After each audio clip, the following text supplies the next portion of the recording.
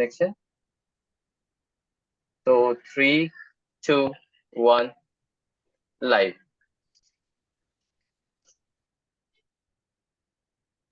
So we are live. Over to you. Doctor Ramdas आप start कर दीजिए। हाँ sir, yes sir.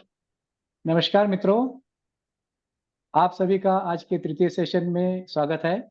Pankaj sir को मेरा नमस्कार, मैनकाइंड फार्मा के सभी मेंबर्स को धन्यवाद। पिछले सेशन में हमने टाइप्स ऑफ इंसुलिन और इंसुलिन रेजिमेन के बारे में देखा था। साथ में हमने बेसल इंसुलिन के विभिन्न प्रकार भी देखे थे। हमने देखा था कि timely initiation of insulin is more important. जब भी जरूरत पड़े, चाहे वो शॉर्ट टर्म हो, लॉन्ग टर्म हो, लाइफ लॉन्ग हो, हमें इंसुलिन को प्रयोग में लाना होगा। अर्ली इनिशिएशन के दो फायदे होते हैं, एक it preserve the beta cell function और दूसरा पेशेंट बहुत दिनों तक रिमिशन में चला जाता है। So it is said that an intensive glycemic control in the first year of diagnosis creates an excellent metabolic memory. Late initiation is less helpful. Late initiation के दो नुकसान होते हैं। It generate a bad glycemic legacy and it drives risk for different complications. So what will happen if we treat every patient with insulin from the beginning? हम आरंभ से ही हर patient को insulin देना शुरू करें तो क्या होगा? इंसुलिन सिर्फ इंसुलिन डिफिशियंसी को टैकल करेगी, इंसुलिन रेजिस्टेंस को नहीं। सो जिन पेशेंट में इंसुलिन रेजिस्टेंस बढ़ा हुआ है उनमें हमें इंसुलिन की मात्रा बढ़ानी पड़ेगी। इससे पेशेंट को हाइपोग्लाइसेमिया और वेट गेन के चांसेस भी बढ़ेंगे, साथ में कार्डियोवास्कुलर डिसीज और मैलिग्नेंसी चांसेस भी बढ़ेंगे। आइए हम जानते हैं when to initiate the insulin. API RSSDI guidelines क्या कहती है?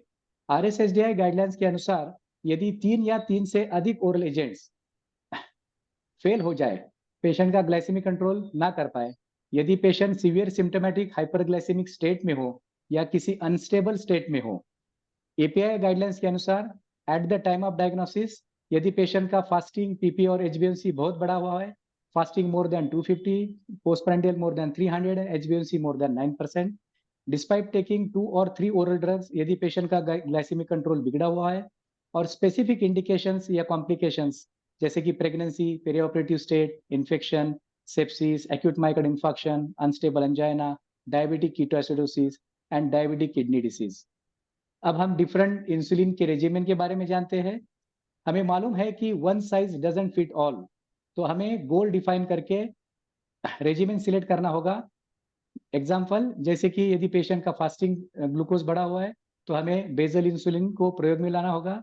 फिक्स फास्टिंग फर्स्ट, फास्टिंग कम करने से पेशेंट का पोस्टप्रांडियल भी कम हो जाएगा। यदि पेशेंट का पोस्टप्रांडियल बढ़ा हुआ है तो हमें प्रांडियल तथा बोलस इंसुलिन को चेन में लाना होगा। यदि दोनों बढ़ा हुआ है, साथ में HbA1c भी बढ़ा हुआ है, तो हमें बेसल प्लस बोलस और प्रीमिक्स इंसुलिन का प्रयोग करना होगा। हाँ, पिछले सेशन में हमने बेसल इंसुलिन के विभिन्न प्रकार देखे थे। उसमें intermediate insulin, long acting insulin, ultra long acting insulin, NPH intermediate acting insulin है, detemir glargine 100 long acting insulin है, degludec and glargine 300 ultra long acting insulin है। हमने इनकी ड्यूरेशन ऑफ एक्शन भी देखी थी। एनपीएच 12 से 14 घंटे काम करती है, डेटेमीर 20 घंटे काम करती है, ग्लार्जिन 100 24 घंटे काम करती है, ग्लार्जिन 300 30 घंटे काम करती है और डेग्लुडेक 40 घंटे काम करती है। हमने प्रांडियल इंसुलिन के विभिन्न प्रकार और उनके एक्शन प्रोफाइल देखे थे। इनमें short acting, ultra short acting and ultra short acting. Regular insulin short acting होती है। इनका onset of effect within 30 to 45 minutes रहता है और ड्यूरेशन ऑफ एक्शन उनकी 5 से 6 घंटे तक रहती है। Regular insulin do not mimic the physiological profile. इनका onset of action is also slow and it causes late postprandial hyperglycemia after 4 to 5 hours. Ultra short acting insulin के बारे में जैसे अस्पार्ट, लिस्प्रो और ग्लूलिसिन हमने देखा था। ये रैपिड एक्टिंग इंसुलिन होती है। Onset of active within 15 minutes रहता है। ड्यूरेशन ऑफ एक्शन उसकी 3 to 4 घंटे रहती है। एनालॉग इंसुलिन होते हैं, हाइपोग्लाइसेमिया के चांसेस भी कम रहते हैं। और एक नया ultra short acting, sorry this is short acting, ultra short acting insulin जैसे फियास्प है, उसका onset of effect within 2 minutes है, duration of action 3 to 4 hours है और उसका पीक 1 से 2.5 घंटे होता है। ये खाने से तुरंत पहले और खाने के तुरंत बाद भी लिया जा सकते हैं, इसलिए इसको इंजेक्ट एंड ईट और ईट एंड इंजेक्ट कहा जाता है। And last but not the least about the basal bolus insulin therapy and premix regimens. Basal bolus के अपने एडवांटेज होते हैं। It mimics the physiological profile of insulin secretion, So there is a flexibility in insulin dosing as per the patient's convenience or requirement. इसके disadvantage है कि ये patient को multiple prix में लेनी पड़ती है। प्रीमिक्स इंसुलिन कार्य हमें देखा था कि उसमें 30-70, 25-75 और 50-50 इस स्ट्रेंथ में अवेलेबल रहती है। इसको 2 बार लगाना पड़ता है। So this is all about the previous lecture sir. आज के सेशन में हम बेसल इंसुलिन को कैसे आरंभ करें और इनके डोसेज को किस प्रकार से बढ़ाइए देखेंगे। How to initiate and uptitrate the basal insulin therapy. आज हमारे साथ जुड़े हैं डॉक्टर श्वेता शर्मा मैडम और डॉक्टर अजय कुमार गुप्ता सर और हमारे course coordinator doctor Sandhya Gautam madam. Doctor Shweta Sharma madam Lala Lajpat Rai medical college Meerut के मेडिसिन विभाग में आचार्य है। Doctor Ajay Kumar Gupta sir Max hospital Ghaziabad के मेडिसिन डिपार्टमेंट के विभाग प्रमुख है। आप सभी का या हमारे साथ जुड़ने के लिए स्वागत सर, बहुत बहुत धन्यवाद। अब मैं पंकज सर को विनंती करता हूं कि आगे का सेशन आप ले। Thank you sir. धन्यवाद डॉक्टर रामदास, धन्यवाद मैनकाइंड टीम और धन्यवाद मेरे साथी फैकल्टी का, आप सबका आज के कार्यक्रम के लिए समय निकालने के लिए और हमारी मित्र मंडली के साथ कुछ समय इस ज्ञान चर्चा में सम्मिलित होने के लिए। तो मित्रों, इस वक्त हमारा देश एक बहुत बड़े परिवर्तन से गुजर रहा है और हम सब ये जानते हैं कि आने वाले समय में ये परम वैभव पर पहुंचेगा ही पहुंचेगा।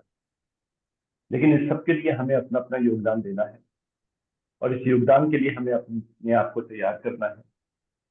कुछ ना कुछ जो कुछ हम कर रहे हैं उससे अतिरिक्त 10% हमें अपने देश, अपने समाज, अपने साथियों के लिए करना है और यही हमको संतोष देगा और यही हमारा कर्तव्य है। तो ये जो आप लोग सब जुड़े हैं, यह भी अपने आप को बेहतर बनाने की प्रक्रिया के लिए जुड़े हैं और हम सब मिलके अवश्य एक वैभव युक्त एक श्रेष्ठ राष्ट्र का निर्माण करेंगे। इसी भावनाओं के साथ आइए आरंभ करते हैं आज का कोर्स इंसुलिन थेरेपी, जिसे हम लोगों ने पहले यह डिस्कस किया था कि इंसुलिन क्यों आवश्यक है, कब देनी चाहिए और इसके लिए किस प्रकार के रेजिम सेलेक्ट करने चाहिए। आज हम लोग इसके सबसे महत्वपूर्ण अंग पे आते हैं कि हमें इंसुलिन, बेसल इंसुलिन थेरेपी को किस प्रकार से आरंभ करना है और उसके बाद कैसे कैसे उसको हम ऑप्टिमाइज करेंगे, इंडिविजुअलाइज करेंगे। इन पर हम लोग अगले सेशन में चर्चा करेंगे। तो देखिए, सबसे पहला प्रश्न, यदि हम पुराने जो हम लोग के लास्ट डिस्कशन है उन पर ही जाएं तो यह आता है कि यदि कोई व्यक्ति 214 और 232 इन ग्लूकोज लेवल्स के साथ आए, 7 वर्षों से डायबिटीज हो, HbA1c 10.3 हो, 1, 2, 3, 4 तरह की दवाएं ले रहा हो, तो हम इसके बाद क्या करें।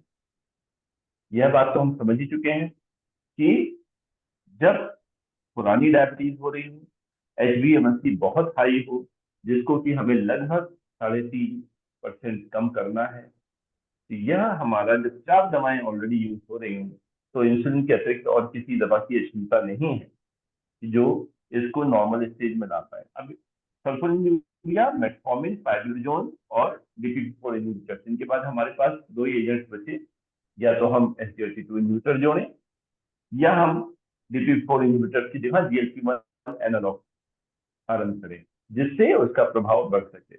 लेकिन हम जानते हैं ये दोनों एजेंट जोड़ के भी 1-1.5% ज्यादा HbA1c नहीं घटा पाएंगे, लिहाजा हमको आना तो इंसुलिन पर ही है। अब यहाँ पर जैसे हम लोगों ने पिछले टर्न पे डिस्कस किया था कि मुख्य रूप से, फिर से मैं उस चीज को रिवाइज करने के प्रयत्न कर रहा हूँ, फास्टिंग ग्लूकोज 100 मैक्सिमम 110 तक होनी चाहिए, पीपी ग्लूकोज 140 मैक्सिमम 150 मिलीग्राम % तक होनी चाहिए। तो हमारी लगभग 100 और 90 यह ज्यादा है। तो अगर हम ये मान के चले फास्टिंग ग्लूकोज को 214 को हम 100 घटा लेते हैं तो एक अनुमान यह है कि पोस्ट प्रेंडियल भी हमारा घट के और उस सीमा में आ जाना चाहिए। तो इस प्रकार से यदि हम इस पेशेंट के लिए इंसुलिन थेरेपी का चयन करें तो जो हम लोगों ने लास्ट टर्न पे डिस्कस किया था उसके आधार पे आप स्वयं कहेंगे बेसल, प्रांडियल और मिक्स, इन 3 ऑप्शंस में इस व्यक्ति के लिए फास्टिंग ग्लूकोज को घटाना मुख्य उद्देश्य है और फास्टिंग ग्लूकोज का घटाना हम बेसल इंसुलिन के द्वारा कर सकते हैं। तो ठीक है, प्रिडोमिनेंटली फास्टिंग हाइपरग्लाइसीमिया के साथ अगर पेशेंट आता है तो हम उसके लिए बेसल इंसुलिन थेरेपी सेलेक्ट करते हैं, यह हम लोग डिस्कस कर चुके हैं। अब आरंभ करते हैं कि यह क्यों और किस प्रिंसिपल पे काम करती है। फास्टिंग ग्लूकोज हम लोगों ने यह भी डिस्कस किया था कि भोजन तो हमने रात में 8 9 10 बजे किया, फिर सुबह 6 7 8 बजे किया, लगभग 10 घंटे बाद किया। 10 घंटे हमारी इंटेस्टाइन से तो ग्लूकोज सप्लाई कर नहीं रही है।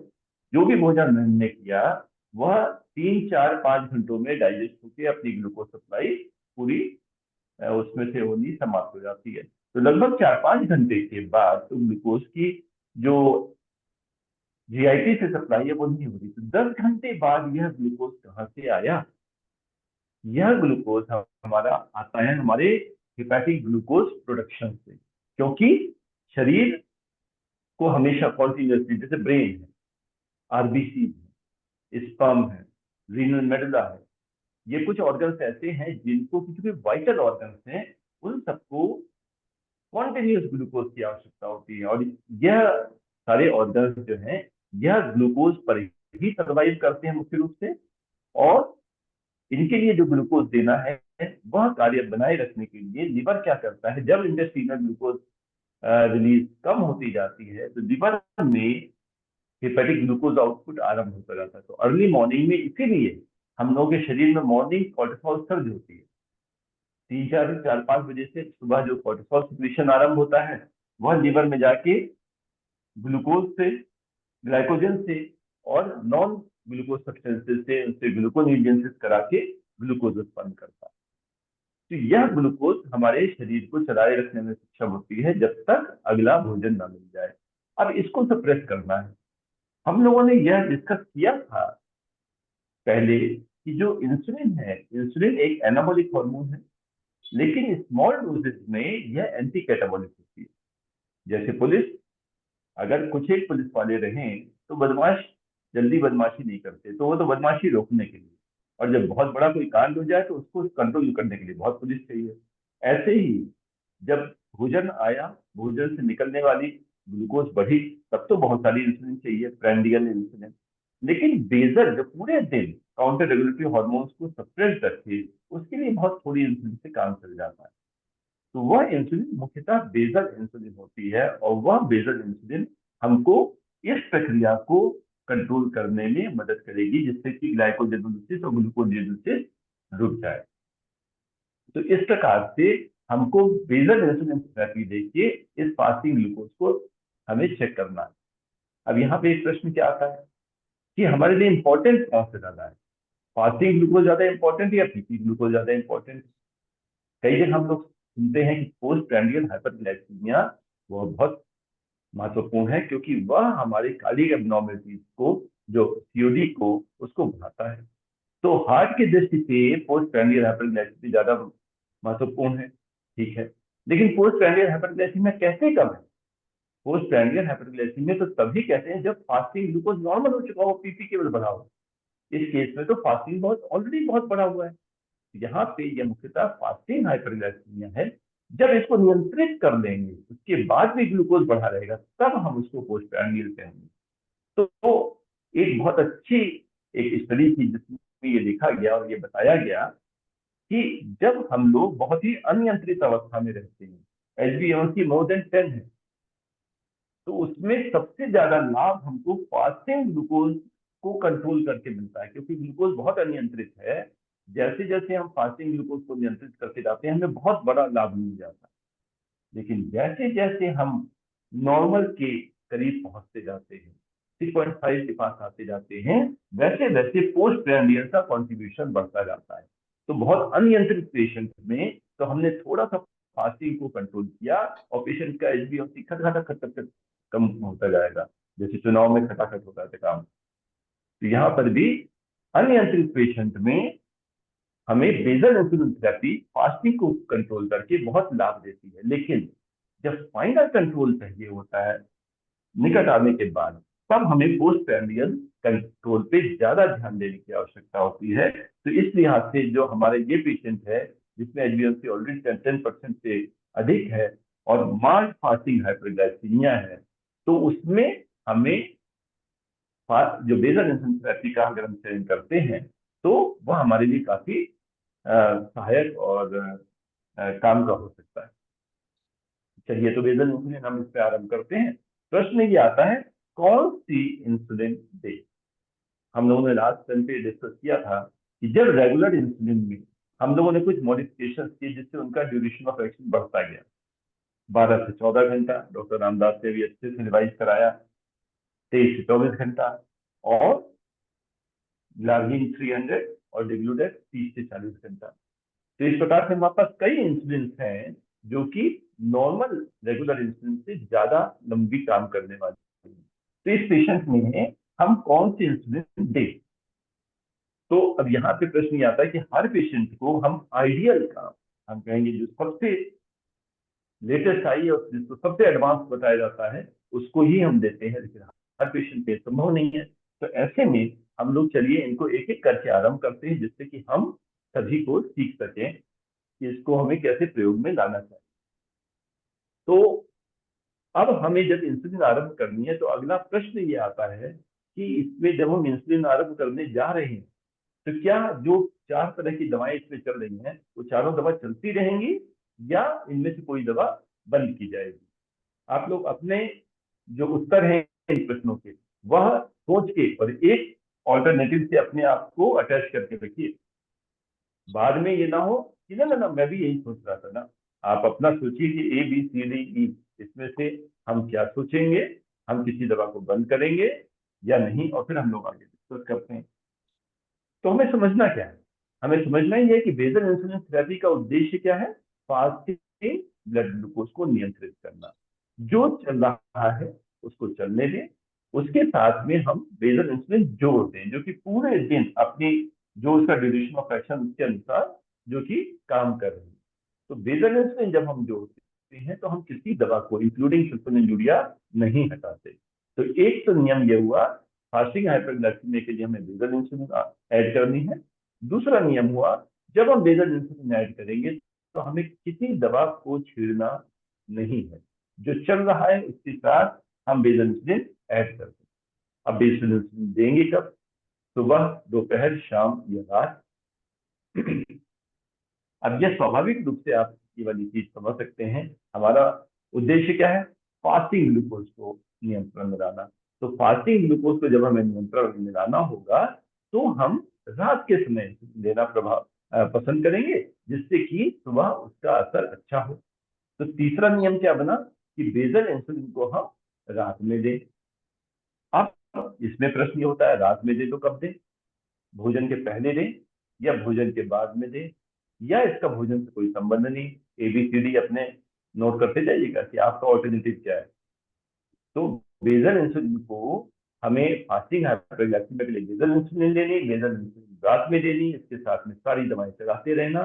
बेसल को देगा क्योंकि जब बेसल इंसुलिन हम इंजेक्ट करते हैं तो उसके बाद इसका प्रभाव आरंभ होने में ही समय लग जाता है। जो रेगुलर इंसुलिन है वो तो आधे घंटे के अंदर, जो फास्ट एक्टिंग इंसुलिन है वो 10-15 मिनट के अंदर कार्य करने लगती है, लेकिन बेसल इंसुलिन तो कुछ घंटे के बाद कार्य आरंभ करती है। इसलिए इसका इसको भोजन के बाद की शुगर को, पोस्ट प्रेंडियल शुगर को कंट्रोल करने के लिए इसका उद्देश्य ही नहीं है। इसलिए इस इंसुलिन का भोजन से कोई संबंध नहीं। तो हम रात में देंगे, परंतु हम इसको रात भोजन के पहले, भोजन के बाद, सोते समय हम कभी भी दे सकते हैं। तो यह एक बेसल इंसुलिन के बारे में एक तीसरा नियम बनता है। तो अब यह हम लोगों ने एक कुछ नियम बेसल इंसुलिन के विषय में सीखे कि फास्टिंग हाइपरग्लाइसीमिया के लिए हमने बेसल इंसुलिन दी, उसको देते समय सारी दवाएं चलाते रहे, उसको रात में देना प्रेफर करेंगे और भोजन से उसका कोई संबंध नहीं। इसके विषय में हमारे जो एक्सपर्ट्स हैं, यदि आप कुछ और कमेंट करना चाहें तो उनका स्वागत है। जी, डॉक्टर श्वेता। हाँ सर, मैं ऐड करना चाहूंगी कि बेसल इंसुलिन जब भी हम शुरू करें तो पेशेंट की काउंसलिंग प्रॉपर होनी चाहिए कि एटलीस्ट वो टाइम से मेंटेन कर लें। ऐसा ना हो कि बहुत वेरिएबिलिटी हो, तो हमें मैनेज करने में मुझे लगता है ज़्यादा इजी रहता है अगर टाइमिंग सेम रहती है तो। ये बहुत बढ़िया एक बिंदु है कि हमने कहा इसको हम कभी भी दे सकते हैं। तो ये वाली चीज में हमारे मन में भी एक लैक्सिटी रही और हमने पेशेंट से भी स्पेसिफाई नहीं किया, पेशेंट ने भी कहा कभी भी लगा सकते हैं, तो मर्जी होगी तब लगा लेंगे। और इससे हमेशा क्या है कि जब हम एक समय पे नहीं लेते तो वेरिएबिलिटी और आ जाती है। जहां तक बात वेरिएबिलिटी की है, तो इसमें एनपीएच इंसुलिन में वेरिएबिलिटी सबसे ज्यादा है। इंट्रा इंडिविजुअल भी एक ही व्यक्ति में 2 बार इंजेक्शन लगाने में वेरिएबिलिटी, और इंटर इंडिविजुअल भी मेरे में अलग और दूसरे में तीसरे में अलग, उसमें उनकी फार्माकोकाइनेटिक्स और फार्माकोडायनेमिक्स में अंतर होता है। तो ये बहुत बढ़िया बिंदु है कि जो भी समय हम चयन करें, हम प्रयत्न ये करें कि उसी समय पे हम रोज लगाते हैं। धन्यवाद। और कोई सुझाव? डॉक्टर अजय, आप कुछ बोलना चाहते हैं? डॉक्टर संध्या जुड़ पाएंगे क्या? जैसे चलिए बेसल के आगे। बारे में आपने काफी बढ़िया एक्सप्लेन कर ही दिया, तो उसमें कुछ ऐड करने का कुछ अभी तो दिख नहीं रहा सर। चलिए, तैयार रहिए। फिर इसके बाद फिर हम लोग बेसल इंसुलिन थेरेपी देना आरंभ करें। तो सबसे पहला बिंदु ये आया कि हमने कहा एक एक करके हम आरंभ करेंगे, तो चलिए एनपीएच को सिलेक्ट कर रहे हैं। तो एनपीएच इंसुलिन हम आरंभ कर रहे हैं, तो कितनी डोज से करें? अब यह व्यक्ति जिसकी 212 फास्टिंग थी, 240 पीपी थी, 10.4 एचबीएमसी था, उसको हम कितनी डोज से आरंभ करें? तो आप सब लोग अपना अपना अनुमान, अपना अपना माइंड मेकअप कर दीजिए कि आप कितनी डोज से आरंभ करेंगे। तो अब इस प्रश्न का उत्तर क्या है?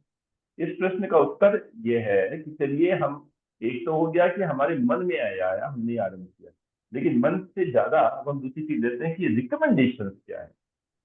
तो ये रिकमेंडेशन में American association of clinical endocrinologist की जो रिकमेंडेशन है वह बड़ी विस्तृत है इस विषय में, कि जब हमें बेसल इंसुलिन आरंभ करनी है तो हम ये देखें कि क्वांटम ऑफ हाइपरग्लाइसीमिया क्या है, हाइपरग्लाइसीमिया कितना है। अगर एचबीएमसी 8% से कम है तब हम 0.1 से 0.2 यूनिट पर केजी आरंभ कर दें। अगर एचबीएमसी 8% से ज्यादा है तो 0.2 से 0.3 केजी यूनिट पर केजी आरंभ कर दें। तो इसका अर्थ क्या हुआ? यह व्यक्ति है 60 किलो का, 0.1 के हिसाब से उसको 6 यूनिट हमें स्टार्ट करनी होगी, 0.2 के हिसाब से 12 यूनिट और 0.3 के हिसाब से 18 यूनिट। अब इस पेशेंट की एचबीएमसी है 10.3, 10.3 एचबीएमसी है, तो वो इस कैटेगरी में आता है, मोर देन 8%। और मोर देन 8% के लिए रिकमेंडेशन है 0.2 से 0.3 यूनिट पर केजी। तो हमने कहा कि 8% में 0.2, 10% में 0.3, चलो हम उसको 0.3 यूनिट के हिसाब से 18 यूनिट से आरंभ करते हैं।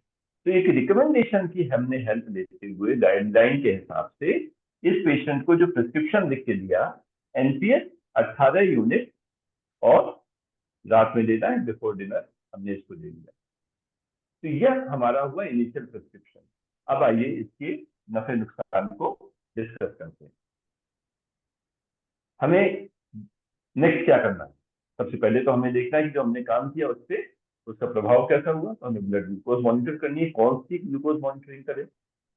गोल था हमारा फास्टिंग ग्लूकोज को कंट्रोल करना। अब ये हमारा पहला दिन है, ये हमारा दूसरा दिन है, ब्रेकफास्ट लंच डिनर। तो इस इंसुलिन को हमने आरंभ किया डिनर के पहले। तो इस प्रकार से काम करती हुई 12 से 14 घंटा हमने कहा कि फास्टिंग ग्लूकोज हमें कंट्रोल करना है, तो इसलिए हम इस पेशेंट की फास्टिंग ग्लूकोज से मॉनिटर करेंगे। ठीक है, तो हमने कहा आप उसकी फास्टिंग ग्लूकोज करके आप देखिएगा। कब देखें? रोज देखें, 2 दिन, 4 दिन, 5 दिन, 6 दिन, 8 दिन, 10 दिन बाद कब देखें? तो इसके लिए जो एक सुझाव है वो यह है कि हर 2 से 3 दिन पे हम इसकी मॉनिटरिंग करें और जिससे उसकी डोजेस को टाइट्रेट किया जा सके। चलिए, हमने डे 1 पे आरंभ की 18 यूनिट और 2 दिन बाद हमने उसकी मॉनिटरिंग की और देखा 143। वाह, क्या जबरदस्त डॉक्टर है। एक बार में उसने एक इंजेक्शन ऐसा दिया कि वो पेशेंट हमारा कितना बढ़िया रिजल्ट लेके आया। ठीक है, तो अब हमारे पेशेंट जब 143 लेके आया, लेकिन अभी प्रश्नों की श्रृंखला यहाँ समाप्त नहीं हुई। अब हमें क्या करना? 143 पे हम संतुष्ट हो जाएं, हम ऐसे ही छोड़ दें, या बहुत तगड़ा फॉल हो गया, हम डोज को घटा दें, या अभी हमें लग रहा है कि 110 नहीं आया, डोज को बढ़ा दें। डोज को बढ़ाएं तो 2 यूनिट बढ़ाएं, 4 यूनिट बढ़ाएं, कितना बढ़ाएं? अब अगला प्रश्न ये है। तो आप सब लोग अपने अपने ऑल्टरनेटिव लिख लीजिए कि आप क्या करना चाहते हैं इसमें। अब ऐसे में हमें फिर से हमने रिकमेंडेशन का मुंह देखा।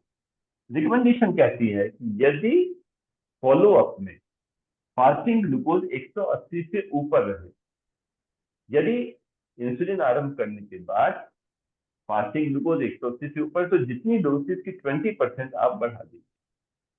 180 से 140 के बीच में हो तो 10% बढ़ा दीजिए।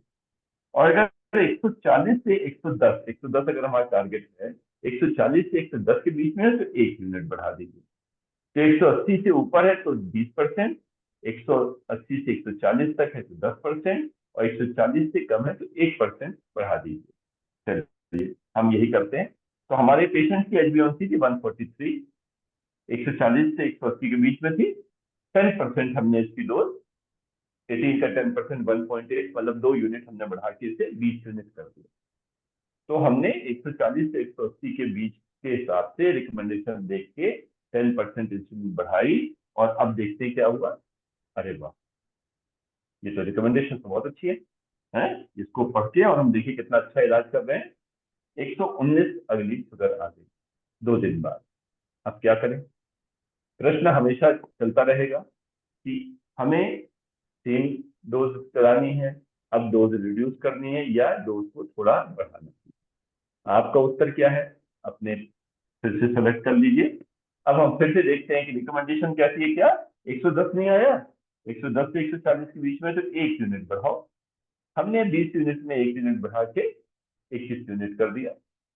आज हमने पेशेंट को अब 21 यूनिट करके भेजा। अब क्या हुआ? ओहो, अच्छा अच्छा, आपकी गड़बड़ हो गया। तो ये पेशेंट अगली बार जब आया तो इसकी ग्लूकोज लेवल थोड़ी बढ़ी हुई आई। कोई बात नहीं, शायद पिछली बार थोड़ा ज्यादा जोश में रहे होंगे, आ गई होगी। 144 पे क्या करना है? 10% बढ़ाना है। हमने 2 यूनिट फिर बढ़ाए, 23। अगले दिन, अरे बात, ये क्या हुआ? अगले दिन ग्लूकोज लेवल और बढ़ गया। चलो समझ में तो नहीं आया, लेकिन रिकमेंडेशन क्या रही है? 2 यूनिट और बढ़ाना है। हमने 2 यूनिट और बढ़ा दी। देखते हैं अगले दिन क्या हुआ। ओ माय गॉड, ये तो ग्लूकोज लेवल बढ़ता ही जा रहा है और हम इंसुलिन की डोज बढ़ाते जा रहे हैं। पहले तो काम बड़ा अच्छा हुआ था, लेकिन अब ग्लूकोज लेवल बढ़ गया और अब पेशेंट बड़ा रेस्टलेस हो गया। अब ये पेशेंट बड़ा रेस्टलेस होके, और वो एंजाइटी, हेडेक और कई तरह के लक्षण लेके आ रहा है। तो प्रश्न ये होता है कि गड़बड़ क्या है? हम क्या गड़बड़ कर रहे हैं? हम तो इंसुलिन की डोज को बढ़ाते जा रहे हैं, लेकिन इंसुलिन की डोज बढ़ा रहे हैं तब भी ग्लूकोज लेवल लगातार बढ़ता जा रहा है। डॉक्टर रामदास, सब ठीक है ना? हमारी आवाज, हमारी? हाँ सर, हाँ सर। अच्छा, कुछ लोग मुझे फोन कर रहे हैं तो मुझे लगा कि शायद कुछ कोई गड़बड़ तो नहीं। अब ये डॉक्टर मुझे क्यों इस वक्त फोन कर रहे हैं, ये बड़ा मुश्किल है बीच में प्रोग्राम के। चलिए, तो अब यहाँ पे प्रश्न ये आया कि इंसुलिन की डोज बढ़ाने के बाद भी हमारी ग्लूकोज लेवल बढ़ती क्यों जा रही है? क्या ये हमें किसी एंटिटी की तरफ ध्यान दिलाता है? इसको हम क्या कहते हैं? हम कहते हैं इंसुलिन का रेजिस्टेंस डेवलप हो गया, इंसुलिन के अगेंस्ट एंटीबॉडीज डेवलप हो रही हैं, या दो तरह के फिनोमेना है, डॉन फिनोमेना, कोमिकी फिनोमेना। आपके उत्तर क्या है? ये अपने आप को एक उत्तर के साथ बांध के रखिए, फिर देखते हैं कि ये होते क्या क्या है। हमारे एक पेशेंट ने बहुत साल पहले हमसे कहा था, और वो उसका जो लिहाज, जो उसका लहजा था और जो अंदाज था, वो मुझे आज तक नहीं भूला। मैं हर प्रोग्राम में अपने उसका स्टेटमेंट सुनाता जरूर हूँ। मर्ज बढ़ता गया जो जो दवा थी। वो भी बड़ा शरीफ रहा होगा बेचारा कि 2-3-4 बार आया, हमेशा अनकंट्रोल्ड, और तब भी वो उसने हमको ही दिखाना पसंद किया और भागा नहीं। और जब कहा भी तो शिकायती लहजे में ना के, तो बड़े अ, अंदाज में कहा कि मर्ज बढ़ता गया जो जो दवा थी, आप बढ़ाते जा रहे हैं और ग्लूकोज लेवल बढ़ता जा रहा है। और यह एक बहुत महत्वपूर्ण एंटिटी की तरफ ध्यान दिलाता है, जिसे हम कहते हैं सोमोगी फिनोमेना। सोमोगी फिनोमेनन क्या होता है, जब ग्लूकोज लेवल हम फोर्सफुली नीचे लाते हैं और जब नॉर्मल लेवल से भी ग्लूकोज लेवल नीचे चला जाता है तो काउंटर रेगुलेटरी हार्मोन सिक्रीट कराता है कि अरे ये तो जान का खतरा हो सकता है, बचाओ बचाओ। तो ग्लूकोज लेवल ओवर लेवल से भी तो मोगी फिनोमेनन कि हमने हाइपोग्लाइसीमिया कराया, हाइड्रोजेनिक कराया, हाइपोग्लाइसीमिया विद रिबाउंड हाइपरग्लाइसीमिया, ये हो गया सोमोगी फिनोमेनन जो कि काउंटर रेगुलेटरी हार्मोन के ओवर सिक्रीशन से होता है।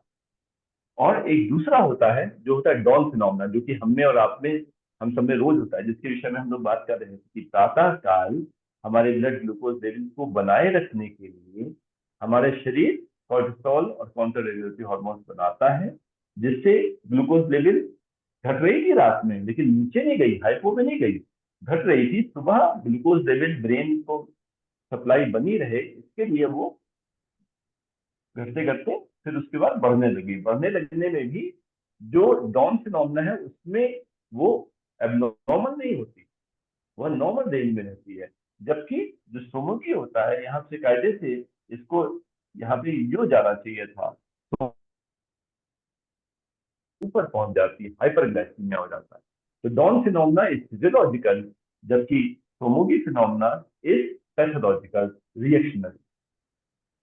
तो यह इस पेशेंट में हमने क्या सीखा, क्या देखा, इनफैक्ट वो देखा ये कि जब हम इस पेशेंट को हमने एनपीएच इंसुलिन इसके लिए सेलेक्ट की, जब इंसुलिन आरंभ की, गाइडलाइन के हिसाब से की, सब कुछ ठीक किया, लेकिन वो पेशेंट हमारा एकदम रिस्पॉन्ड करने के बाद वह प्रॉब्लम में चला गया।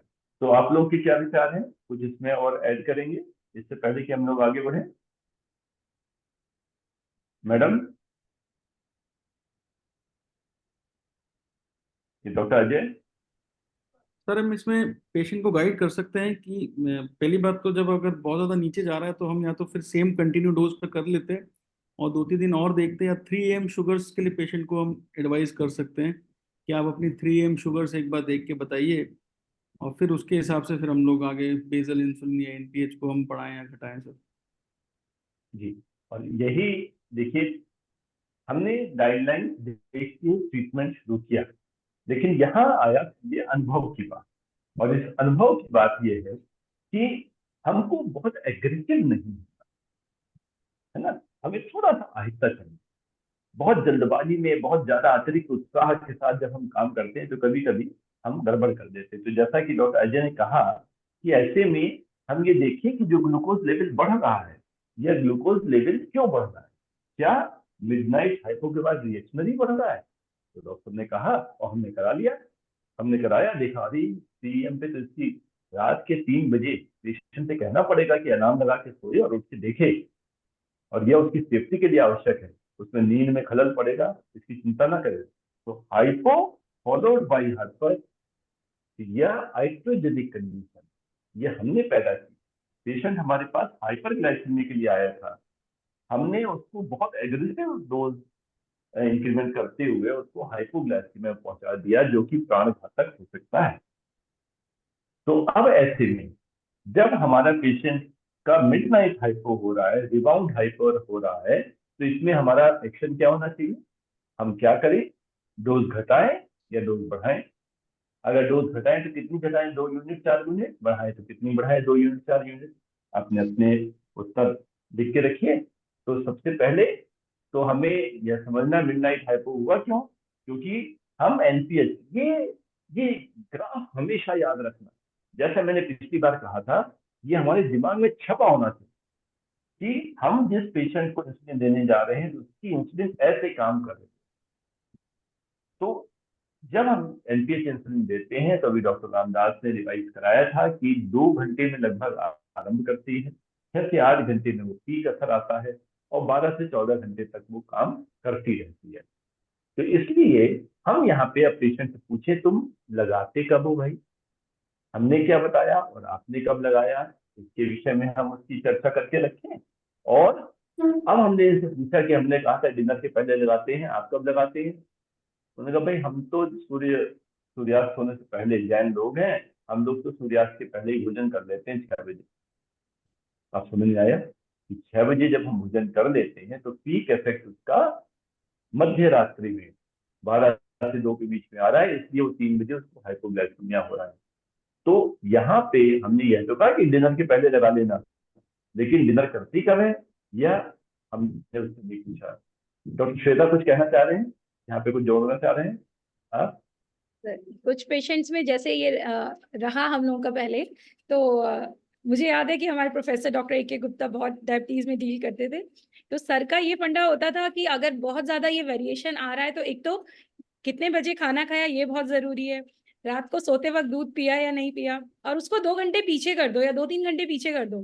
जो आपकी नाइट डोज है, जो 7 या 8 बजे ले रहा है वो 10-11 बजे कर दो, एंड फिर मिडनाइट लेवल्स देख लो एक बार।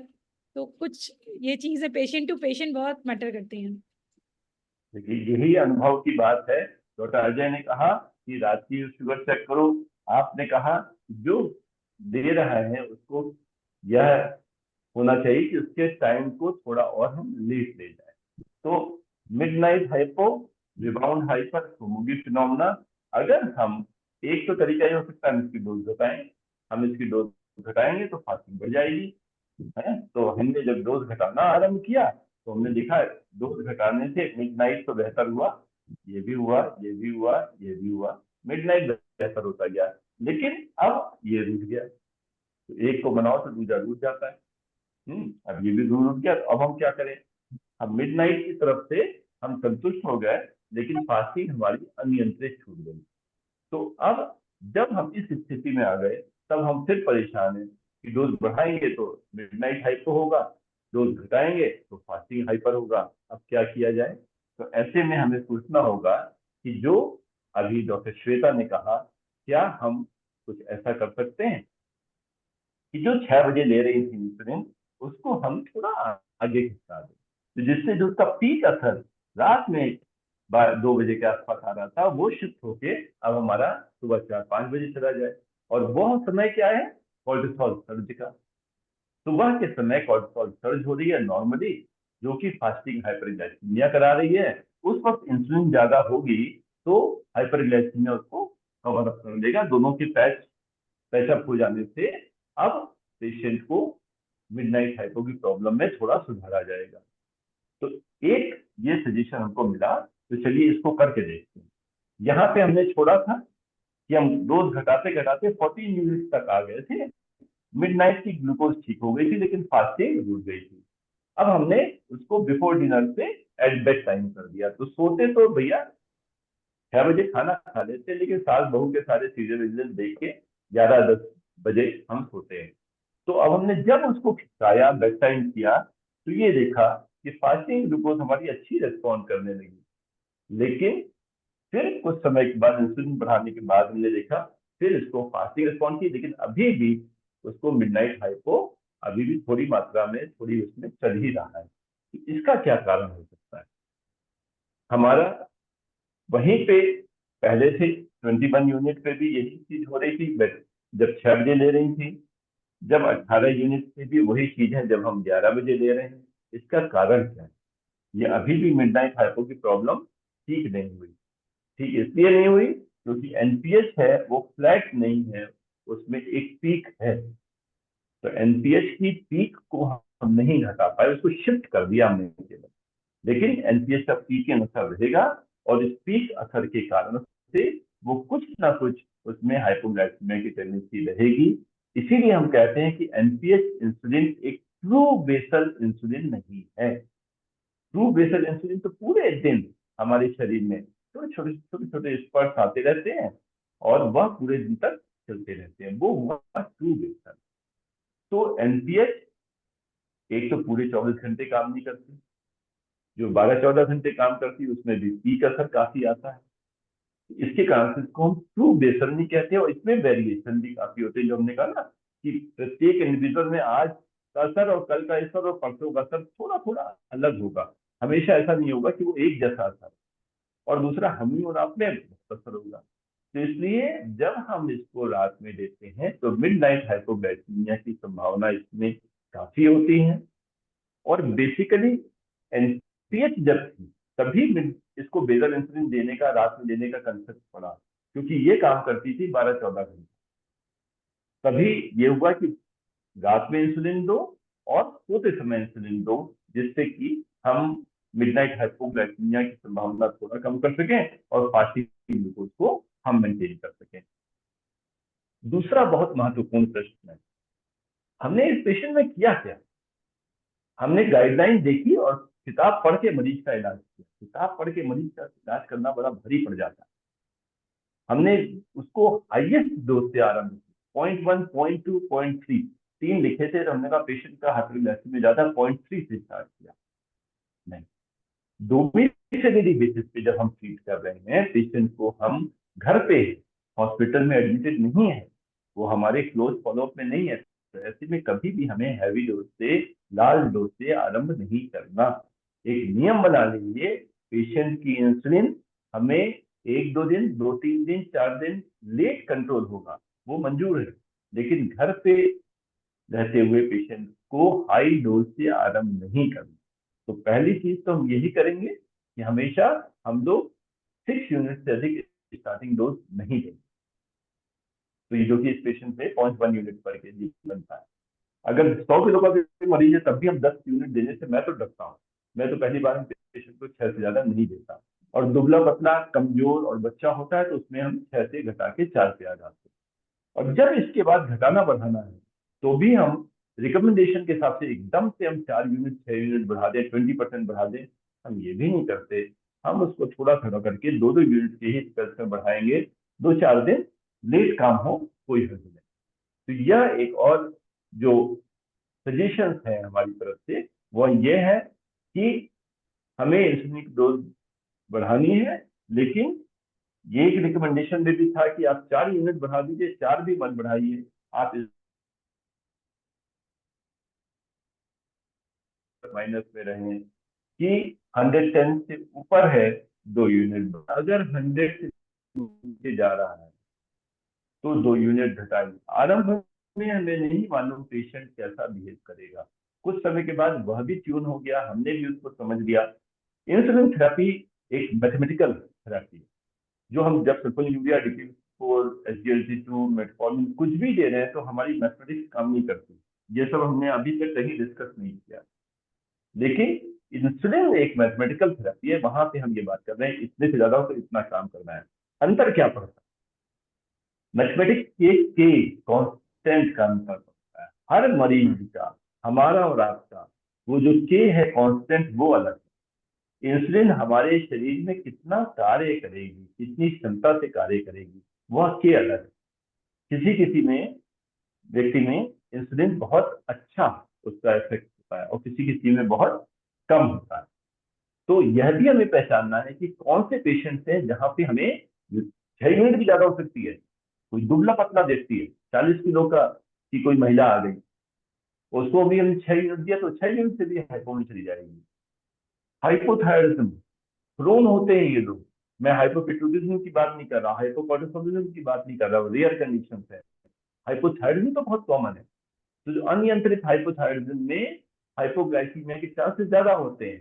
हेपेटिक डिस्फंक्शन, रीनल डिस्फंक्शन, जब भी हेपेटोरीनल डिजीज है कोई, क्योंकि यही दोनों ऑर्गन्स हैं जिनसे ग्लूकोनियोजेनेसिस होती है, जिनसे ग्लूकोज बनता है, उत्पन्न होता है। यही दोनों ऑर्गन्स अगर पेशेंट हाइपोग्लाइसीमिया में जाएगा तो उससे निकालने में मदद करेंगे, और यही गड़बड़ है। और हमने हाइपोग्लाइसीमिया करा दिया, तब क्या होगा? वो पेशेंट हाइपो से कोमा में चला जाएगा।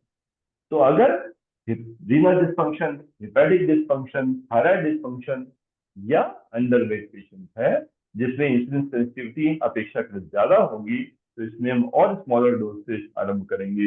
हाँ, अगर कोई पेशेंट ओबीज, हम जानते हैं इंसुलिन रेजिस्टेंस है, उसमें कम डोज प्रभावी हो जाएगी। अगर कोई पेशेंट किसी स्ट्रेस में है, स्ट्रेसफुल कंडीशन में स्ट्रेस हार्मोन सीक्रेट होंगे, इंसुलिन का इफेक्ट कम होगा। अगर इन्फेक्शन है, उसको सेप्टिसीमिया में है, इंसुलिन का प्रभाव और कम होगा। ऐसे में हम इंसुलिन की थोड़ी सी लार्जर डोज आरंभ कर सकते हैं। तो इस प्रकार से यह सीखा हमने एनपीएच इंसुलिन देते समय कि हमें स्मॉलर डोज से आरंभ करना चाहिए, स्मॉलर इंक्रीमेंट और डिक्रीमेंट करने चाहिए, जिससे हम अपने पेशेंट में रिएक्शनरी जो हाइपो और हाइपर है इन सबसे बच सके। थोड़ा सा स्लो चलेंगे, 4 5 6 7 दिन ज्यादा लगेंगे, लेकिन पेशेंट कंफर्टेबली हमारी थेरेपी को वो टॉलरेट करेगा। जी डॉक्टर अजय। नहीं सर, बिल्कुल सही। जैसे आपने पहले भी बताया था अपने लेक्चर में कि बेसल इंसुलिन या कोई भी इंसुलिन से हम ये नहीं एक्सपेक्ट कर सकते कि हम एक ही दिन में उसमें चेंज ला दें। तो स्लो एंड स्टेडी प्रोसेस ही इसमें कार्यरत है। और हमारे पेशेंट्स जो ओपीडी पेशेंट्स होते हैं उनमें हमें जो सबसे ज़्यादा भय होता है वो हाइपोग्लाइसीमिया का होता है, खासकर जो हेपेटिक और रीनल डिसफंक्शन पेशेंट्स हैं, क्योंकि एक हाइपोग्लाइसीमिया का इवेंट पेशेंट को इंसुलिन से और दूर लेता जाए। तो हमें उस पेशेंट को इंसुलिन देनी है, ये हमारा विचार अगर बिल्कुल पक्का है, और उसको इंसुलिन से कंफर्ट बन मतलब उसका इंसुलिन में कंफर्ट बने, ये दूसरा जरूरी पहलू है जो हम अपने ओपीडी पेशेंट्स में देखते हैं। और जैसे जैसे हम स्लोली स्लोली इंक्रीज करते जाते हैं, उसका शुगर लेवल भी बेटर होता जाता है, उसकी एडेप्टेबिलिटी और एडियरेंस भी बेटर होती जाती जी बहुत बढ़िया। और डॉक्टर श्वेता कुछ यहाँ पर ऐड करना चाहेंगे?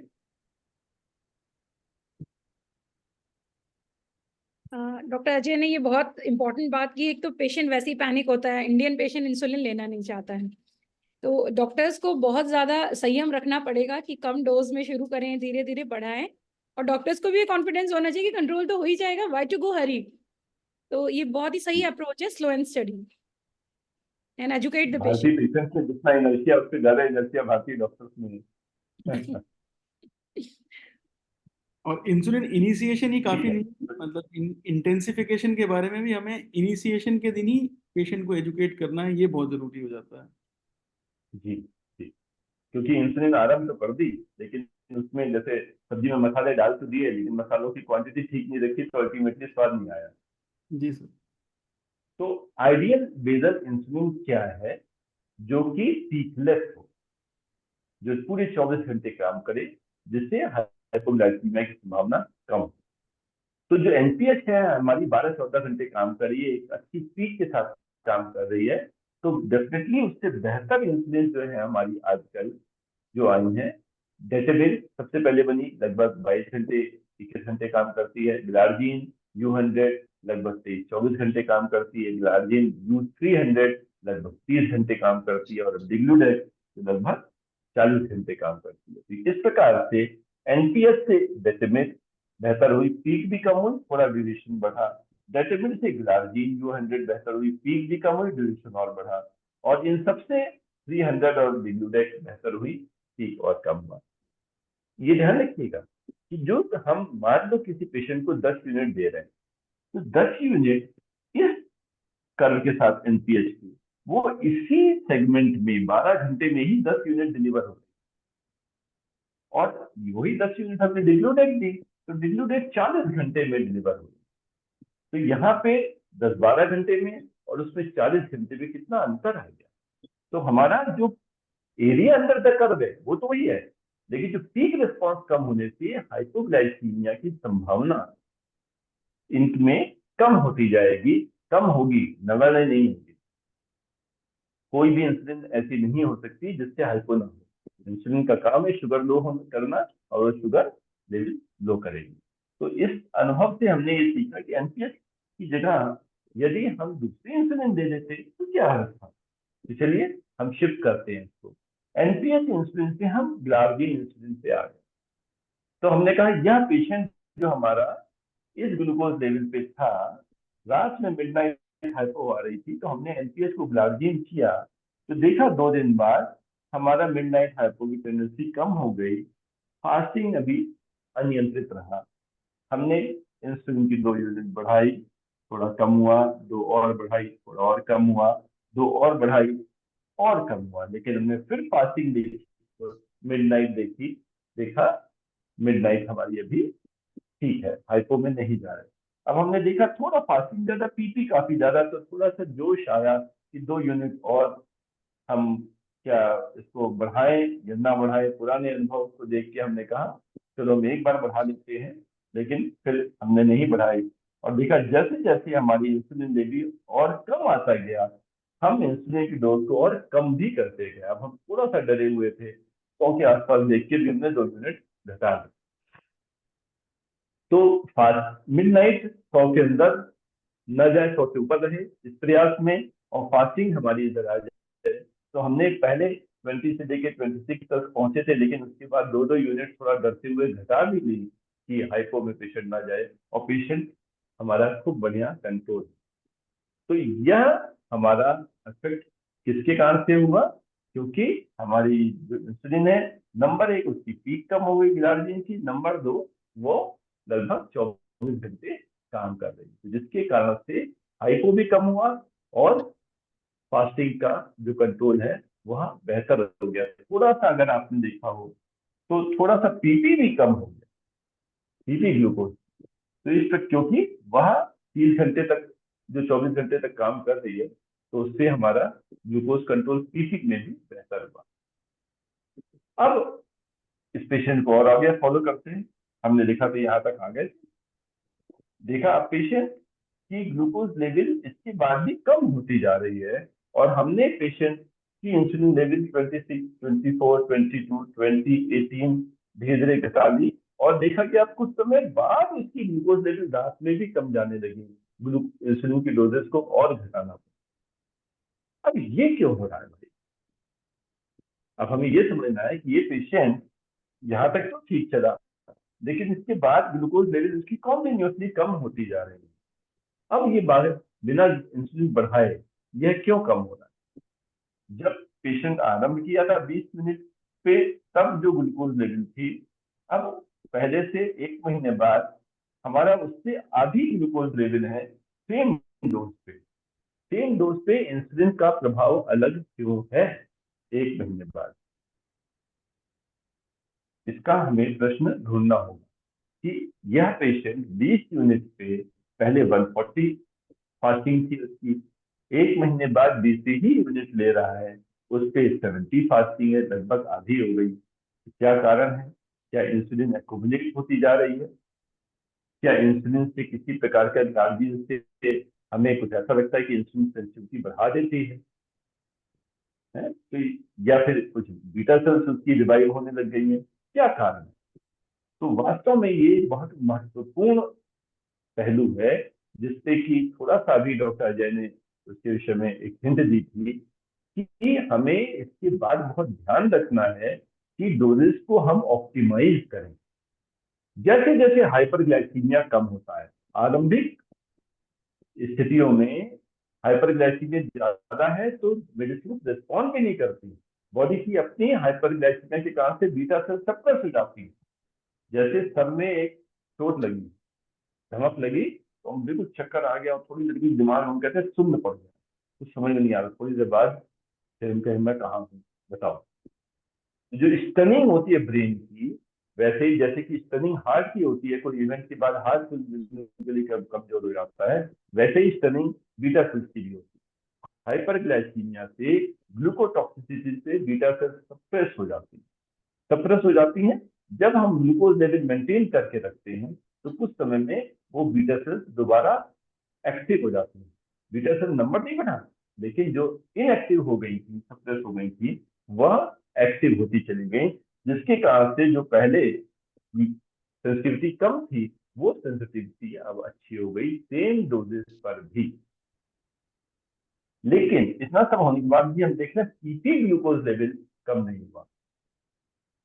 तो प्रश्न यहाँ पे ये आ रहा है कि पीपी ग्लूकोज लेवल हमारा कम नहीं हुआ, इसके लिए क्या करें? तो एक सजेशन में आया कि अच्छा पीपी नहीं कम हुआ, ग्लार्जिन छोड़ो, हम डिग्लूडेक ट्राई करते हैं। डिग्लूडेक पे शिफ्ट किया गया। जो पेशेंट 18 यूनिट एनपीएच ले रहा था, अब 1-1.5 महीने के बाद वो 18 यूनिट ग्लार्जिन ले रहा है, काफी अच्छा कंट्रोल आ गया, हाइपो की संभावना कम हो गई। हमने उसको डिग्लूडेक पे शिफ्ट किया, और डिग्लूडेक पे शिफ्ट किया तो ये हाइपो में चला जाने लगा। तो डिग्लूडेक पे शिफ्ट करने में पेशेंट हाइपो पे क्यों जा रहा है? हम तो कह रहे हैं अभी तक कि डिग्लूडेक में हाइपो की संभावना कम होती है, तो ये पेशेंट डिग्लूडेक पे शिफ्ट होने पे हाइपो में क्यों जा रहा है?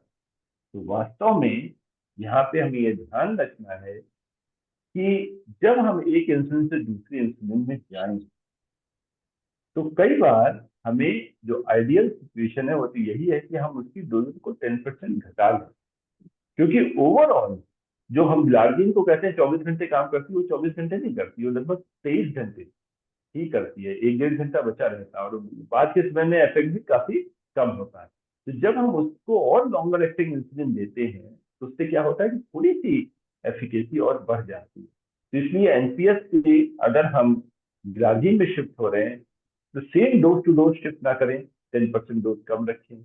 ग्लार्जिन से हम डिग्लूडेट पे जा रहे हैं, same dose to dose shift ना करें, 10% डोज घटा के दें। तो यह इंसुलिन फ्लैट है, उनमें हाइपोग्लाइसेमिक टेंडेंसी कम है लेकिन जीरो नहीं है। हमें थोड़ी लोअर डोज से आरंभ करेंगे तब हमारा काम अच्छा चलेगा। लेकिन डिग्लूटेक देने के बाद भी, और डिग्लूटेक देने के बाद हमने देखा क्रमशः हमारी डोज थोड़ी और भी कम हो गई, तो लगभग हम 2.5 महीने बाद इसी पेशेंट को फॉलो कर रहे हैं, तो अब हम केवल 12 यूनिट डिग्लूटेक पे कंट्रोल हैं। 3 तरह की इंसुलिन हमने अप्लाई कर ली, लेकिन पीपी शुगर अभी नहीं करी। इसका क्या कारण है? इसका कारण यह है, ये इंसुलिन क्या है, बेजल इंसुलिन। यह बेजल सप्लाई पूरे दिन दे रही है। भोजन के बाद जब भोजन आया तो उसको कंट्रोल करने के लिए हमें एक ब्रिस्क इंसुलिन रिस्पॉन्स की आवश्यकता है, और ये ब्रिस्क इंसुलिन तो नहीं दे रही, ये तो पूरे दिन थोड़ी थोड़ी दे रही है। तो इनके देने से हम फास्टिंग को कंट्रोल कर लेंगे, हम बिफोर लंच को कंट्रोल कर लेंगे, हम बिफोर डिनर को कंट्रोल कर लेंगे, लेकिन after breakfast, after lunch, after dinner को कंट्रोल नहीं कर पाएंगे। उसके लिए हमें प्रांडियल, एडिशनल प्रांडियल डोज की आवश्यकता होगी। तो यह एक 2-3 बहुत महत्वपूर्ण पहलू हैं जो हमें ध्यान में रखने हैं। जब भी हम बेजल इंसुलिन आरंभ करें तो रात में करें, ठीक है, लेकिन रात में करने में भी एनपीएस के साथ बाध्यता थी, क्योंकि वह 12-14 घंटे काम करती थी। ग्लार्जिन के साथ उतना बाध्यकारी नहीं है। ग्लार्जिन को हम रात में 11 बजे ले रहे हैं, अगर 11 बजे की जगह जैन महिला थी वो 6 बजे लगा लेती, तो 6 बजे लगा लेने में वो तो अगले दिन के 4-5-6 बजे तक काम करती, तो फास्टिंग ग्लूकोज तब भी कंट्रोल करती, तो वहां बाध्यकारी नहीं है। डिग्लूडेक को हम शाम रात को लगाएं, शाम को लगाएं, दोपहर सुबह लगाएं, वहां पे भी बाध्यकारी नहीं है। तो जो बेजल इंसुलिन को बेड टाइम देने का कंसेप्ट था वो एनपीएच के लिए बाध्यता है, बाकियों के लिए वह उतना नहीं है। हाँ, कोई भी इंसुलिन में जो थोड़ी सी पीक है, जब हम रात में देंगे तो वो पीक हमारी अर्ली मॉर्निंग आवर्स में आएगी, तो फास्टिंग को घटाने में वो मदद करेगी, लेकिन उस पीक के कारण से मिडनाइट हाइपोग्लाइसीमिया के भी चांसेस ज्यादा होंगे। तो जिस भी पेशेंट में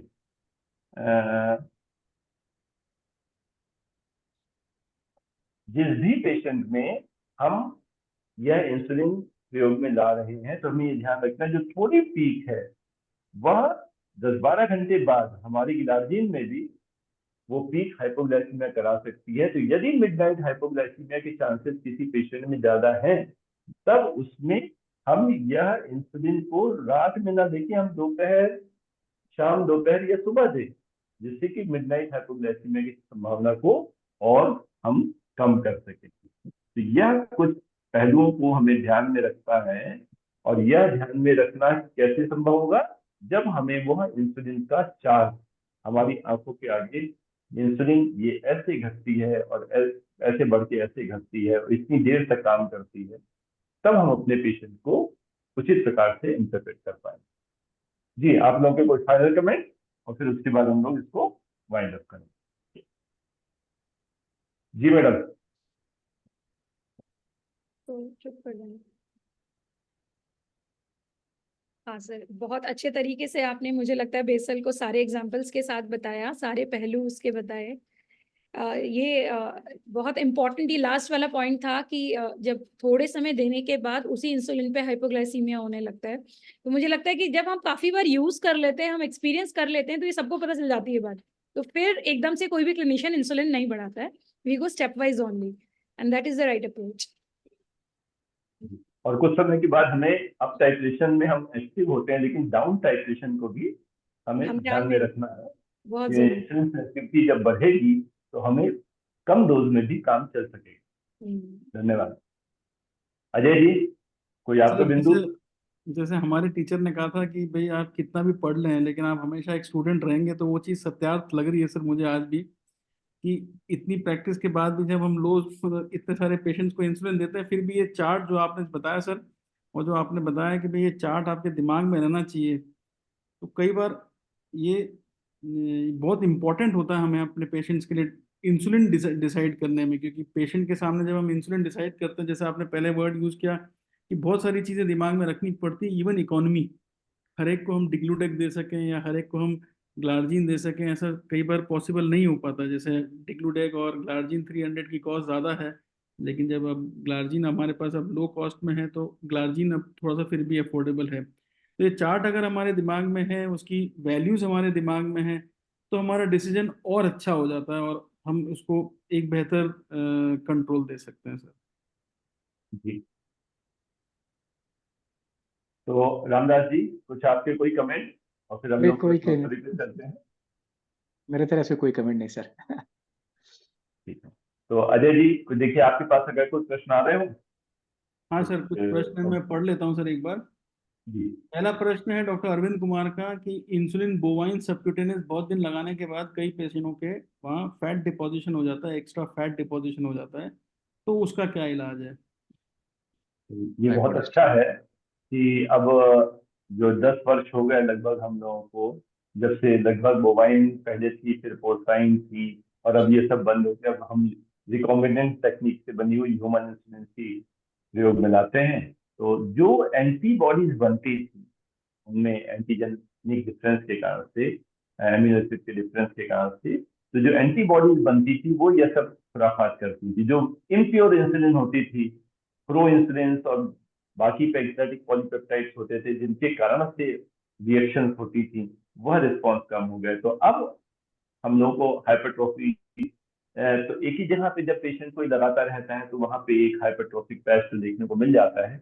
लेकिन यदि कोई पेशेंट साइट रोटेट करते हुए लगाता है तो अब तो लाइपो हाइपरट्रोफी, लाइपो एट्रोफी, ये सब मतलब बहुत ही रेयर है इनका मिलना, इन सब चीजों का। तो इसलिए अब हम उन चीजों को थोड़ा वो हिस्टोरिकल इम्पोर्टेंस की ज्यादा मान सकते हैं बल्कि क्लिनिकल इम्पोर्टेंस की।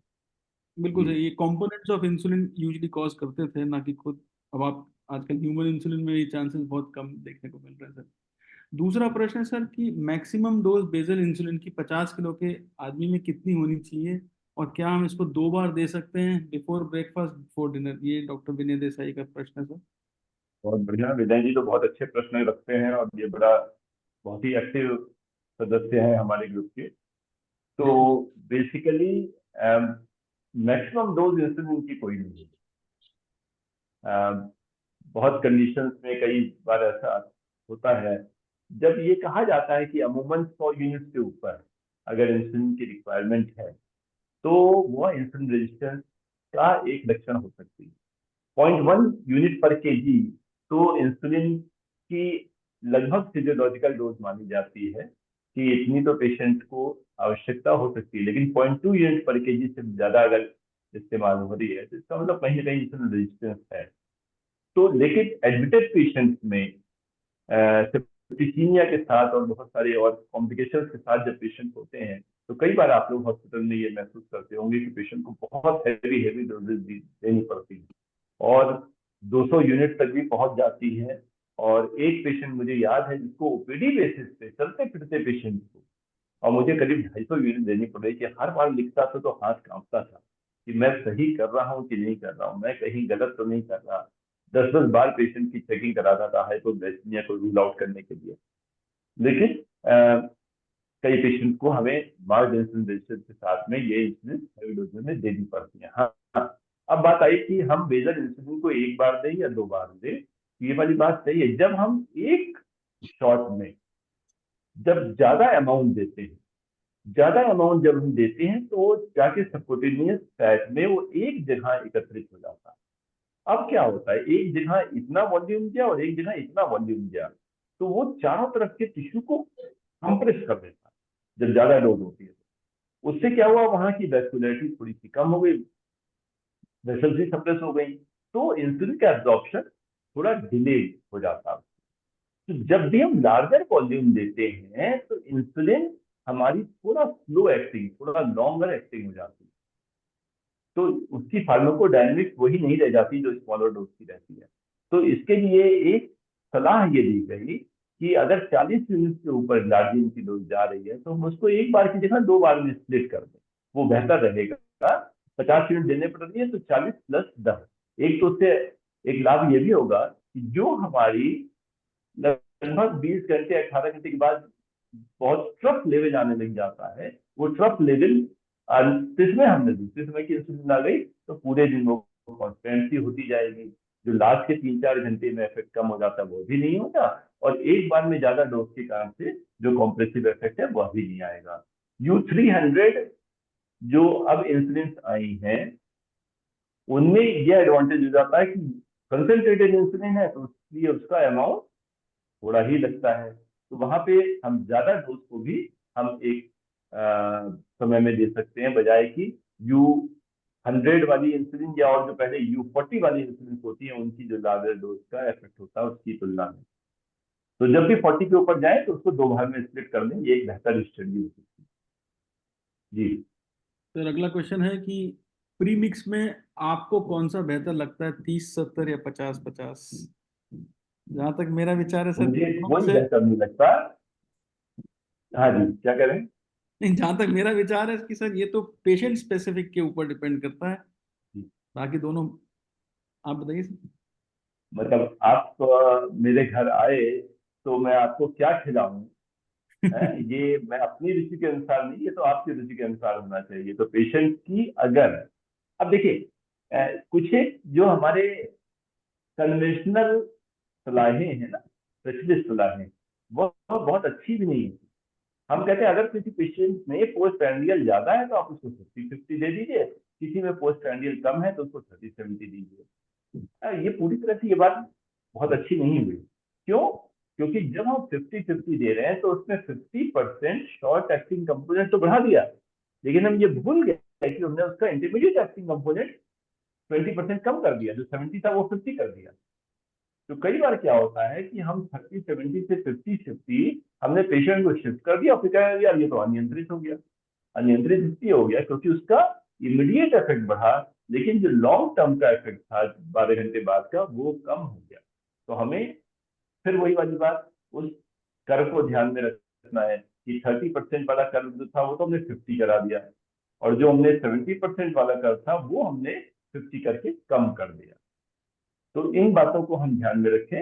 ये हमारा बेसल इंसुलिन के जो 5 मॉड्यूल्स हैं, इनके बाद जो हम नेक्स्ट सेशन स्टार्ट करेंगे वह हमारा प्री मिक्स और बाकी इंसुलिन थेरेपीज पर होगा, तो इसको विस्तार से हम लोग वहां चर्चा करेंगे। और जी सर एक सवाल है इसमें कि आपके हिसाब से टाइप 1 डायबिटीज पेशेंट्स के लिए कौन सा इंसुलिन बेहतर है? फिर भाई साहब मेरे हिसाब से कोई नहीं है, हिसाब तो पेशेंट का ही है, तो डिमांड उसकी है। लेकिन यहाँ पे यह ध्यान रखना, ये प्रश्न बहुत बढ़िया है कि टाइप 1 डायबिटीज और टाइप 2 डायबिटीज में बिल्कुल मूलभूत अंतर है, बिल्कुल अलग है एक दूसरे से।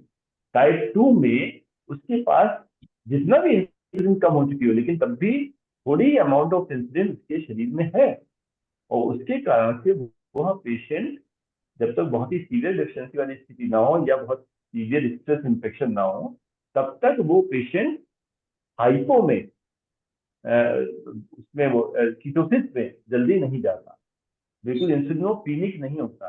टाइप 1 का पेशेंट तो इंसुलिनोपीनिक है, उसमें तो इंसुलिन है ही नहीं। तो वहां पे हम जो इंसुलिन दे रहे हैं वो हर समय और बहुत आइडियल रेजिम के हिसाब से देनी है। टाइप 2 में तो हमने जैसे बेगल दे दी, और खाने के बाद जो हमने कहा कि हमने नहीं दी, तो खाने के बाद जो उसकी पेशेंट की अपनी होगी उससे काम चला लेगा। जो हम सल्फोनिल यूरिया दे रहे हैं वो लेके निकाल देगा, उससे काम चल जाएगा। टाइप 1 में तो नहीं हो सकता। तो टाइप 1 में जब भी हमें पेशेंट को इंसुलिन देनी है तो आज 2024 में जो बेस्ट रेजीम है वो बेजल बोनस का ही है कि एक हमने लॉन्ग एक्टिंग बेजल दी ग्लार्जिन टाइप की, और फिर तीनों समय भोजन के पहले बोनस दी। टाइप 1 डायबिटीज को जब हम प्री मिक्स 30-70-50-50 देते हैं तो गड़बड़ होता है। हमारा पेशेंट अफोर्डेबल नहीं है तो हमें उसको हम ग्लार्जिन नहीं दे सकते, हमें उसको रेगुलर और एनपीएच ही देनी पड़ेगी।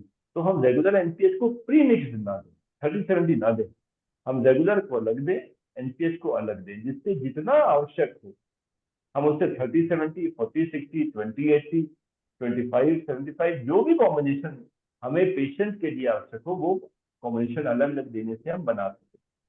तो यह ध्यान रखना है कि किसी भी टाइप 1 डायबिटिक को प्री मिक्स्ड इंसुलिन नहीं दीजिए, उसको स्प्लिट मिक्स पे रखिए, एनपीएस या कोई भी देना हो या बेजल बोनस उसके लिए बेस्ट। जी प्रीमिक्स और को फॉर्मुलेशन दोनों अवॉइड करनी चाहिए ना सर? जी। एक सवाल है सर, हरीश सोनी जी का, उसमें है कि जनरली पोस्ट प्रैंडियल वैल्यू जो है वो हम ज़्यादा ध्यान रखते हैं ऑप्टिमाइजेशन के लिए, तो ऐसी कौन सी सिनेरियो है जिसमें प्री मील वैल्यू को हम ज़्यादा टारगेट करते हैं? ये थोड़ा सा यहाँ पे अलग अलग सिचुएशन है। जैसे अभी हम लोग जिस सिचुएशन को लेके चल रहे हैं, यहाँ पे तो हम पोस्ट प्रैंडियल को इग्नोर ही कर रहे थे अभी तक। हम मुख्य रूप से टारगेट कर रहे थे फास्टिंग पे, क्योंकि हमें ये लगा अपने पेशेंट में कि इसमें मुख्य रूप से फास्टिंग हाइपरग्लाइसीमिया है, तो हमें फास्टिंग को कंट्रोल करेंगे। जब हम इसको नियंत्रण में ले आएंगे तब हम पोस्ट प्रैंडियल से ध्यान देंगे, तब जो आवश्यकता होगी वो करेंगे। तो अगर फास्टिंग और पीपी दोनों में हमें देखना है तो इसमें कोई दो राय नहीं, पीपी पे हमें ध्यान तभी देना चाहिए ज्यादा जब हमारी फास्टिंग नियंत्रण में हो या नियंत्रण के समीप हो। फास्टिंग ही हमारी 300 है और हम पीपी 450 के पीछे लगे, वो भी 450 कम नहीं हो रही, तो यह कोई बहुत बेहतर स्ट्रेटजी नहीं है। फास्टिंग के कंट्रोल के बाद पीपी अपने आप काफी क्वांटम कम हो जाता है उसका, जो थोड़ा बहुत बचा उसके लिए स्पेसिफिक पीपी हाइपरग्लाइसीमिया के लिए थेरेपी दे देते जी। बाकी एक सुमोगी फिनोमेना पूछा सर, वो आपने एक्सप्लेन कर ही दिया है। तो और एक इन्होंने पूछा है कि गार्जिन 300 और 100 की डिफरेंट सिरिंजेस होती हैं, तो हाँ बिल्कुल, क्योंकि दोनों का कॉन्सेंट्रेशन अलग होता है, तो दोनों की सिरिंजेस भी बिल्कुल अलग अलग हैं। और यह बहुत आवश्यक है यस सर। कि हम ये ध्यान रखें, ग्लार्जिन 300 तो अभी तक वायर में आई ही नहीं है, आए भी ना तो ज्यादा अच्छा है, वरना कहीं गड़बड़ हो गई तो फिर लेने पड़ जाएंगे। हाँ, 40 और U40 U100 में बहुत कंफ्यूजन हुआ करता था। अभी भी क्या है कि जैसे ग्लार्जिन U100 के वायल आते हैं जो सिरिंज से लगाए जाते हैं, अब वहां पे अगर हमने सिरिंज U40 की प्रयोग कर दी तो वह एक बार में 2.5 गुना डोज पहुंच जाएगी। U40 की सिरिंज है, उससे हमने U100 को नाप दिया। तो यह बहुत आवश्यक है कि जब भी हम सिरिंज को प्रयोग में ला रहे हैं तब हम उसी की कंसंट्रेशन के अनुकूल सिरिंज का प्रयोग करें। एक ही सवाल है सर कि जो एक्यूट इन्फेक्शंस हैं, जैसे कि फीवर है, गैस्ट्रोएंटराइटिस है, तो उसमें अगर पेशेंट को इंसुलिन है तो उसको हम कैसे मैनेज करेंगे? बड़ा मुश्किल हो जाएगा ये तो मुश्किल हो पूरा एक लेक्चर जाएगा, है सर। क्योंकि पेशेंट ऐसा हाइपोग्लाइसीमिया की संभावना बहुत ज्यादा रहेंगी, तो इसमें होंगे थोड़ा सा। तो हमें बेसल इंसुलिन की डोज हर पेशेंट में थोड़ी सी तो देनी है, क्योंकि हम 4 बार भी अगर रेगुलर इंसुलिन देंगे ना तो 4 बार भी 24 घंटे में इसका घटा बढ़ता ही रहेगा। तो थोड़ा सा डोज तो हमें ऐसी रखनी है कि 2 इंजेक्शन के बीच के समय में बहुत बिल्कुल ही पेशेंट की इंसुलिन खत्म ना हो, ऐसा ना हो कि पेशेंट के शरीर में इंसुलिन बची ही नहीं। तो थोड़ी सी डोज हम बेसल इंसुलिन की देके उसके बाद हम एज पर रिक्वायरमेंट हम उसको देते रहें रेगुलर इंसुलिन। और अगर पेशेंट सीरियस है तो बेस्ट है भैया कि उसको इंसुलिन इन्फ्यूजन दे दो और समय समय पर उसकी डोज को एडजस्ट करते रहो। सर एक सवाल पूछा है कि क्या बेसल इंसुलिन की जैसे रिक्वायरमेंट अगर लोअर साइड है तो डिग्लूडेक को हम ऑल्टरनेट डे यूज कर सकते हैं, क्योंकि जैसा आपने बताया वो अल्ट्रा लॉन्ग है, 30 से 40 घंटे काम करती है। अब देखिए कुछ बातें ऐसी होती हैं कि जो कि मंच से बोलने हैं या जब हम पब्लिक फोरम में बोलते हैं तो हम अगर उसमें बोल दें तो हम कंट्रोवर्शियल हो जाते हैं। तो ये सवाल कंट्रोवर्शियल है, जवाब कंट्रोवर्शियल रहेगा। तो जो बात आपने कही वो बात बिल्कुल सत्य है कि 40 घंटे जब काम है तो हम 2 दिन कर देंगे ऑल्टरनेट डेज में तो देखो 48 हो जाएगा, फिर तो बीच में इंसुलिन का इफेक्ट खत्म हो जाएगा।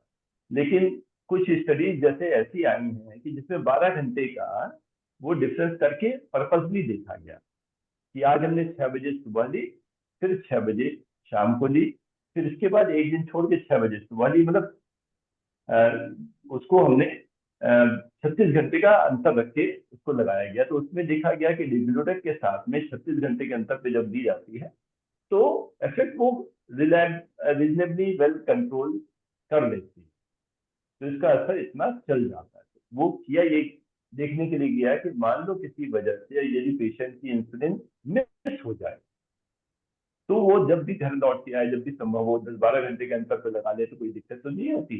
तो उस स्टडी में देखा गया कि हाँ, 1-2 डोजेज अगर बीच बीच में मिस होती हैं तो उसको हम 12 घंटे के अंतर पे लगा लेते हैं तो कोई दिक्कत नहीं आती। लेकिन हम करें ही ऐसा कि हम 30 घंटे पे या 36 घंटे पे लगाएं, या एडवोकेसी वाली बात नहीं है कि मैं कहूं कि हाँ आप ऐसा करें, लेकिन ऑफ लेवल यूज अगर हम कह रहे हैं कि हमें 6 यूनिट लग रही है, बहुत कम डोज लग रही है और हम इस तरह से दे रहे हैं, चलिए तो आप करके उसको देख सकते हैं। लेकिन फिर वही वाली बात, इंसुलिन कर को ध्यान में रखिए, उसकी इफेक्ट को आप इंडिविजुअल पेशेंट में उसको प्रॉपरली असेस करिए, उसके अनुसार उसको प्रयोग में लाइए।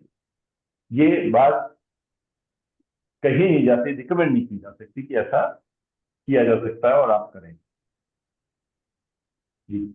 एक और सवाल पूछा सर कि ये जैसे व्रत है, पर्यूषण है, रमजान है, इसमें आप कौन सा इंसुलिन देने की सलाह देंगे? एक बहुत बेसिक जो एक सलाह है कि डायबिटीज के साथ ना व्रत और ना दान, तो ये दोनों चीजें गड़बड़ कर, और जो गड़बड़ करेंगी तो उसका जो भी रिपरकशन है वह व्यक्ति को झेलना पड़ेगा, उसके लिए तैयार रहना है। अब फिर उसके बाद कुछ नुकसान हो तो फिर हम डॉक्टर को दोष दें, ये नहीं चलेगा। तो अगर हम कोई भी डेविएशन आइडियल से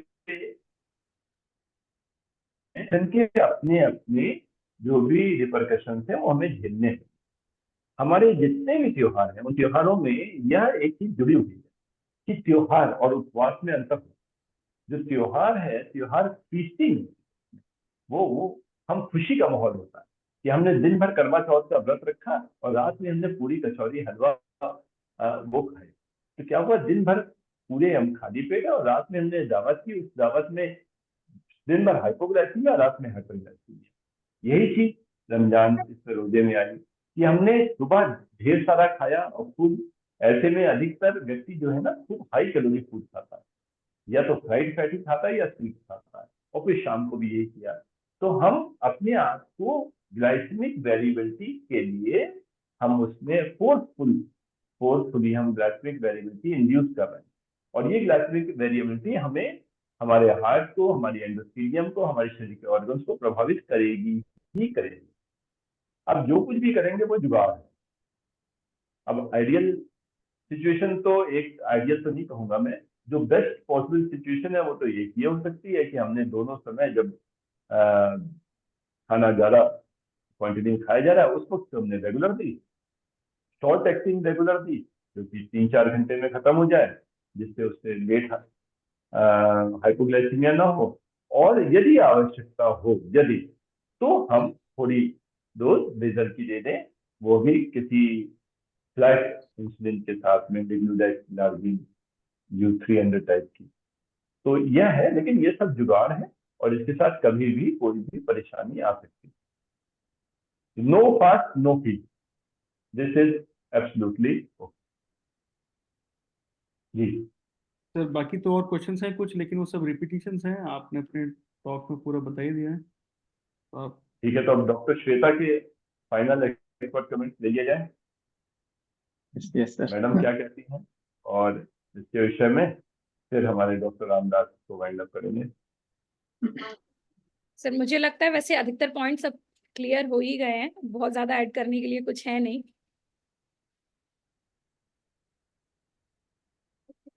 ठीक है, तो आज का सत्र का समापन करते हैं, और बहुत अच्छा लगता है हर बार, हर कार्यक्रम में जब हम आप लोगों के साथ होते हैं, क्योंकि हर कार्यक्रम वही चीज को बार बार करने में जैसे राम कथाएं में जितनी बार कहोगे उतनी बार भाव विभोर होंगे, तो उसी प्रकार से यह भी सेशंस जितनी बार होते हैं उतनी बार हम बोलने वाले को ये सारी फिल्म की स्क्रिप्ट मेरी ही बनाई हुई है, लेकिन उतनी बार मुझे और आनंद आता, कोई ना कोई भाव आप लोगों से बात करते करते वह खुश हो जाता है कि हाँ हाँ ये वाली चीज पे तुम बोल रहे हो लेकिन ध्यान कम रखते हो, अगली बार से इस पे भी ध्यान देना।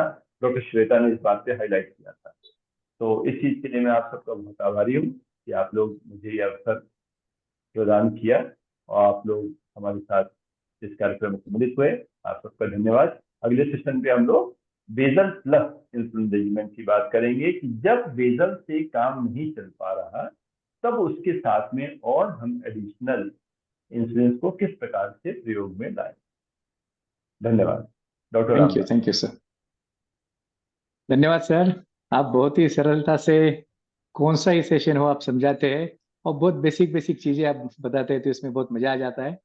श्वेता शर्मा मैडम और अजय कुमार गुप्ता सर को हमारे साथ जुड़ने से और अपना एक्सप्लेनेशन करने से मनपूर्वक आभार, धन्यवाद। मैनकाइंड फार्मा को बहुत धन्यवाद, बहुत सिंसियरली आप प्रोग्राम अरेंज करते हैं और कंडक्ट भी करते हैं। तो उनको मैं अनुरोध करूंगा कि अभी वाइंड अप करने के लिए आप ये कर सकते हैं प्रोग्राम। धन्यवाद, नमस्ते। Thank you sir, thank you. Thank you. Okay, sir. Thank you so much for giving your valuable time. Bye bye.